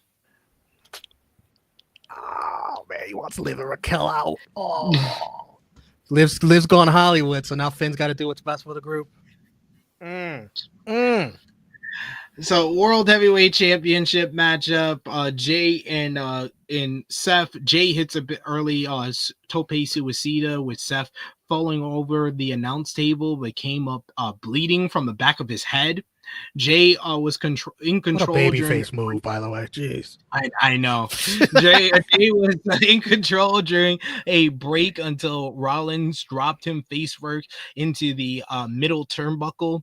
They knocked each other down with dual cross bodies at one point as both men were down before Jey started firing back with strikes and a Samoan drop. He hits a running hip attack for a 2. Seth followed with a tope suicida of his own, but Jey caught him with a mid-air super kick when he went for a springboard and got the near fall. Both guys were down as the fans started chanting, "This is awesome." We get Rollins hits a buckle bomb, Justified. but justified. This is awesome chant. Rollins hits a buckle bomb. He goes for a frog splash, but he misses it. Jey follows up with his horrible looking spear, but Seth actually reverses that into a pentagree, which is the same spot he did to Roman at WrestleMania. Gets a near fall on that one. Jey was able to avoid the stomp. He applies the sleeper. The crowd was into the sleeper as that was the same move that he beat Gunther with at WrestleMania. Rollins slips out of it. He slipped out of it, but Jey hits the spear for a very close near fall here. Jey knocked Rollins off of the top rope, and then he looks like he's going for the Uso splash yet again, but this time we get Bron. Bron comes in and he actually makes the save for Seth, knocking Jey off of the top rope. He stumbles back himself, but it looked like Jey was kicking him off, but Jey does fall down. Then Rollins is able to recuperate. He goes up top rope. He hits the superplex into the Falcon Arrow. He then follows up with the curb stomp, and Jey kicks out at 2. Rollins spoke with Breaker to get some more help, but then Sami Zayn's music hit. He comes from the crowd and he attacks Bron Breaker, gets the better of him for a bit and starts cheering on Jay. Jay hits the super kick on Rollins. He hits a big spear. He hits the Uso splash, but Rollins kicks out at 2.99. That got a huge reaction from the crowd. Zayn rallied the crowd and fired up Jay, but then Breaker comes out of nowhere and hits him with the spear. As Jay goes to the outside and checks on Zayn, Rollins and Heyman are distracting the referee, which allows Bron to hit the spear on Jay. He puts him back into the ring, and Rollins hits a second curb stomp on Jay. Jay is out of it. It looks like Rollins has the victory, and he takes forever to crawl over to Jay. It wasn't even like he was selling. He was just waiting. You could tell that somebody was coming out because he waited forever instead of just going for the cover and then letting the music hit and then coming up from the cover to as the music hit. But no, I don't know who missed the cue here, but that was very obvious that it was a little bit of a mess up there. But the music of CM Punk hits. Punk returns to Monday Night Raw after 1 week off, and this crowd absolutely explodes. Punk attacks Breaker with a steel chair. He then gets into the ring to, I guess, cause a disqualification. The referee never calls for the bell. He hits him, he knocks him down, he hits him with the steel chair on the back. The referee just waves his arms in frustration and left the ring. He hits him repeatedly with the steel chair until Rollins escapes from the ring. We get Punk, Zayn, and Jay all standing tall in the ring while Braun, Seth, and Heyman are recuperating in the aisleway as the babyfaces stand tall to close the show here. Really, I thought this was a great matchup leading up to the no DQ finish, which kind of brings it down just a little bit to just a very good matchup with the crowd being into this more than anything on the show. It felt like they were just reacting big time to all the near falls. They were into Jay. It felt like this was a world title match that could see a title change, and they absolutely loved CM Punk coming out here. They also loved the save from Sami Zayn as well. They were into the baby faces here. They booed the heels. So this is how it works.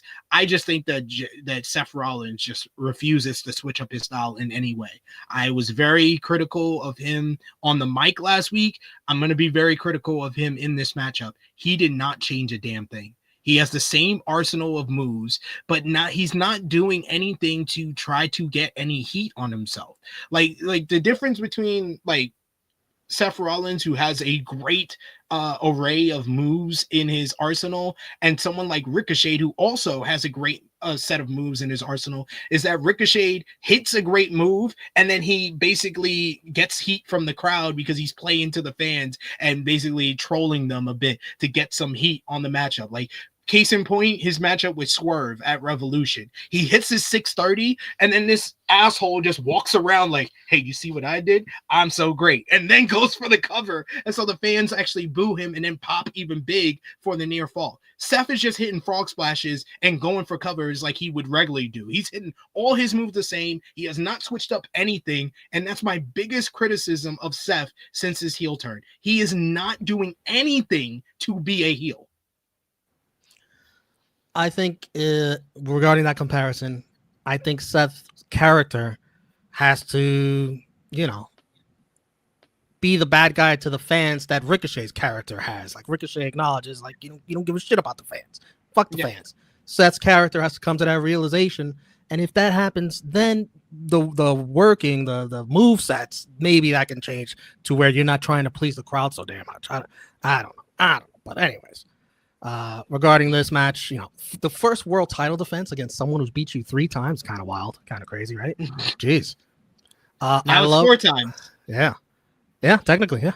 I like Heyman sarcastically encouraging the singing of Seth's song. I think it kind of worked to annoy the crowd. He's a big part of getting the crowd to root against Seth Rollins. If he does shit with the fans, it helps, which he did there. The super kick spot off Seth's springboard was nice. The spear to the pedigree is always great. I like Jay continuing to use a sleeper hold. And then this match just got ridiculous, like kicking out of the spear. I was thinking to myself, why the hell are we going so hard for this match? And then kicking out of the stomp, big pop. And then Rollins, this part right here, kicking out of the spear and a splash. I was like, Seth Rollins, you are overpowered. This is ridiculous how overpowered you are. You are not this overpowered. Stop.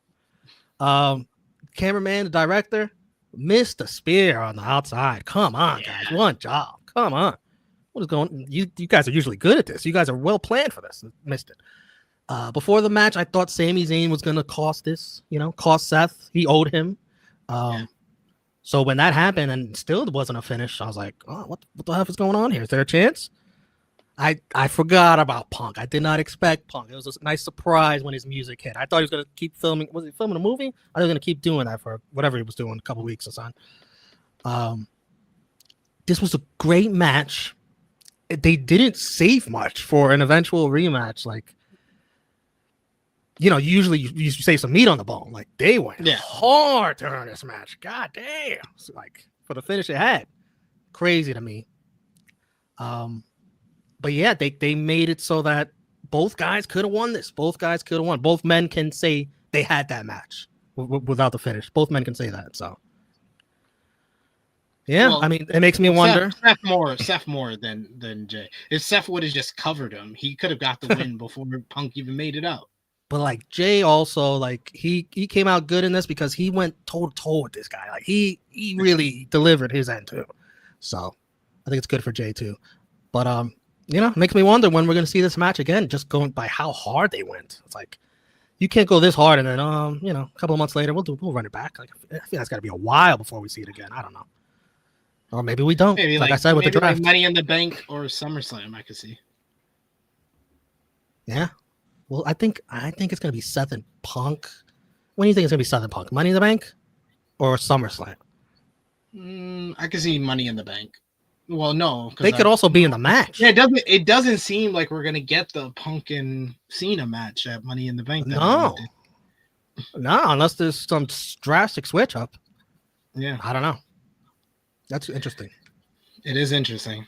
But yeah, really good stuff. This was one of the better matches on the show here. We do have a super chat donation from our good brother Dion Jenkins. Thank you so much, Dion, for the support. Appreciate you, good sir.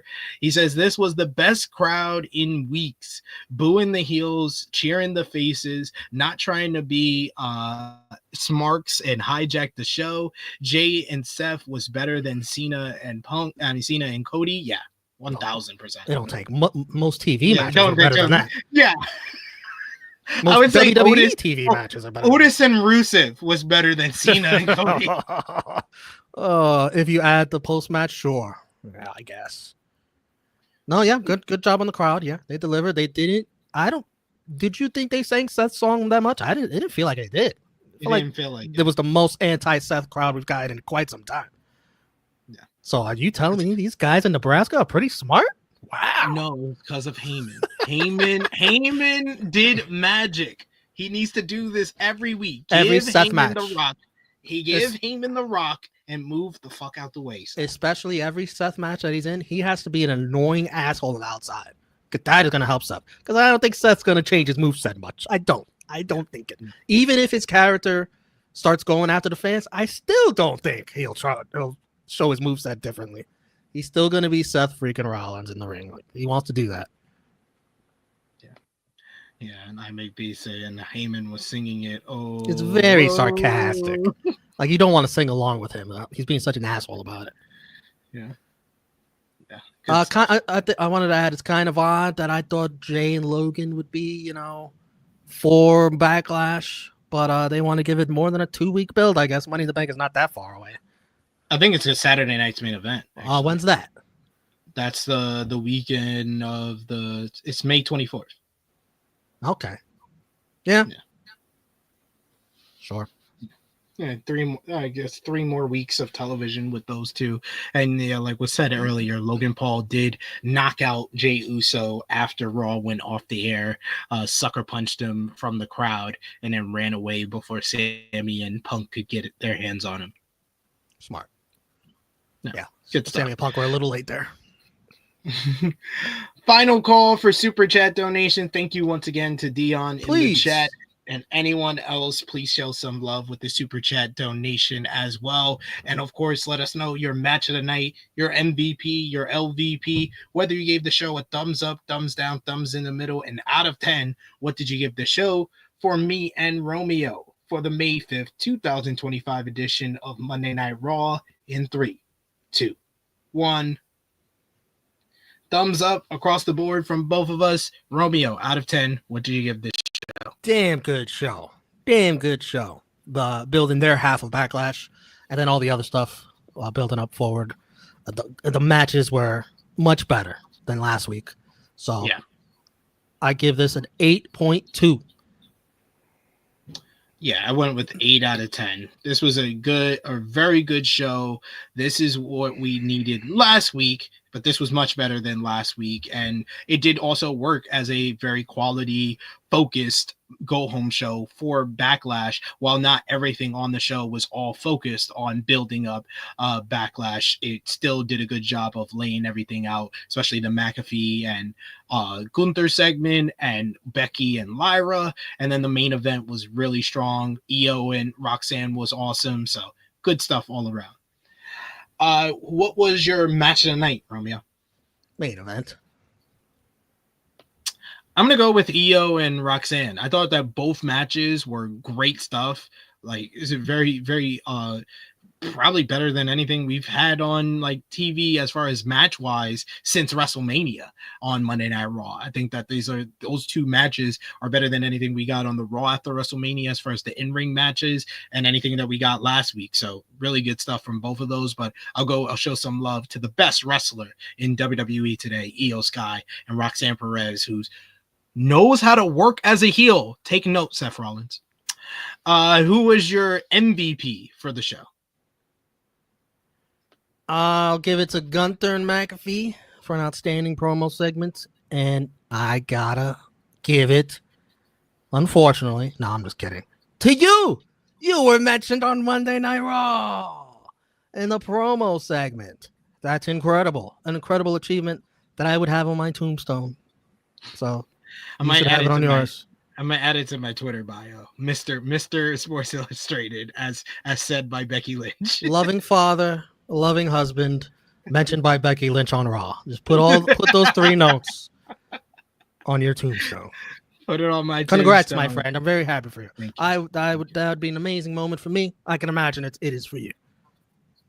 It is. I'm not gonna toot my own horn and give myself MVP, but I will give it to Rebecca Quinn, aka Becky Lynch, because she's sort of doing it. She's a real one. You found a loophole. She's a real one. I'll give it co-MVP, Becky Lynch and Paul Heyman. I thought Paul Heyman's promo was an absolute masterclass, and he got the well-deserved heat that we needed for this top heel faction and turned it around after last week where they were cheered out the building despite being the heels. So Paul Heyman deserves some love as well. Yes, LVP. Absolutely. And I got to say, you got to be like some kind of big Becky Lynch fan now. Like if you weren't before, like now she's got to be like one of your favorite people, like the rest of her career. Yeah, I gotta ride with Becky. She is the GOAT. She is the GOAT. So now these arguments are going to be even more annoying. God damn. and I'm telling you, folks, there's going to be a time, mark it down, before next year's Mania, where Becky and Charlotte are teaming up. Oh man. So can't wait. It'll be my favorite wrestler and SP3's new favorite wrestler, and we're all teamed up together. My favorite wrestler. I'm the biggest Becky Lynch fan in the world. Sorry, Stephanie Hypes. Sorry. Romeo, who's your LVP for the show? I think it's easily Austin Theory. That's a good choice. He looks like a punk bitch. I'm going to go with the Judgment Day. They lost Liv Morgan, and they lost having a 4-on-1 advantage against Penta. Yeah. Well, Finn is working behind the scenes on another plan. Thank you guys in the chat for all the love. Give it to Rusev? What? Come on. Pile driver Ace finisher giving is a hater. Oh my god, he's a hater. But I think he admits it, so that's fine. He also gave me Mr. Sports Illustrated, the MVP. I made BK the MVP. So smooch. Mr. Sports Illustrated. Doesn't roll off the tongue. Try Mr. SI. Try that. Mr. SI. That's better. No, thank you guys in the chat. Appreciate all the love. Appreciate the love I got on social media as well from people tagging me when they heard the line as well. And of course, appreciate you, Becky Lynch. But Romeo, thank you as always. Did we for do joining moment of the me. night? Oh, moment of the night. What was your moment of the night? Punk's return. I would say Punk's return and Becky Lynch mentioning me on Monday Night Raw. Yeah, that better be your damn moment of the night. That better be the moment of the year. Moment of fucking life. Shit. Biggest accomplishment of my wrestling writing career. Yes. Romeo, let everybody know where they can follow you on social media. What you got going on, good sir? Romeo Damas, all social media. I don't know yet about a Backlash watch along because I will not be home, but we'll see if I could do it from where I'm going to be at. So just keep your eyes peeled. That's all I could say. There you go. You can follow me on the Twitter machine at TrueHillSP3. Follow the gang, Facebook, Twitter, Instagram, TikTok at True Hill Heat. Make sure we will be definitely having our Backlash preview this Friday at 1:05 p.m. Eastern Time. Myself and Maggie will be here to break down the card for this Saturday show. So join us for that.